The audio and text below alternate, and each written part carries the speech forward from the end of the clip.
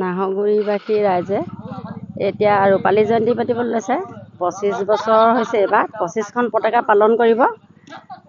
তাৰ বিনিময়ত আমি এতিয়া মহিলাসকলে পিঠা পনা পিঠা খুন্দি আনিছে।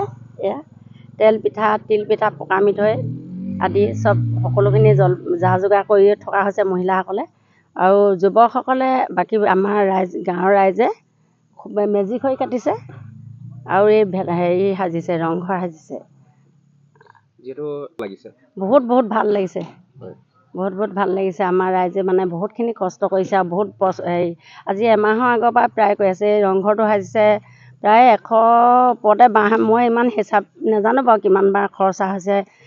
নৰা কাটি আনিছে, মানে বহুত দিনৰ আগৰ পৰাই কৰি আছে আৰু প্ৰায় কাতি মানৰ পৰাই যোগাযোগ কৰিছে আমাৰ ৰাইজৰ নাহৰগুৰিবাসী ৰাইজে।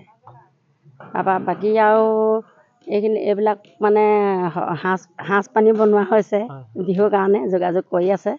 আৰু এতিয়া প্ৰায় পালেহি আৰু উদুলি মুদুলি হৈ আছে। আমাৰ ভোজৰ আয়োজন ধুনীয়া হ'ব। খানা গাহৰি থাকিব, হাঁহ থাকিব, পাতি হাঁহ আৰু কুকুৰা, এইবিলাক মানে মাছ চব থাকিব। সকলোখিনি যোগাযোগ কৰিছে ৰাইজে। শুভেচ্ছা জনাইছোঁ মোৰ ফালৰ পৰা।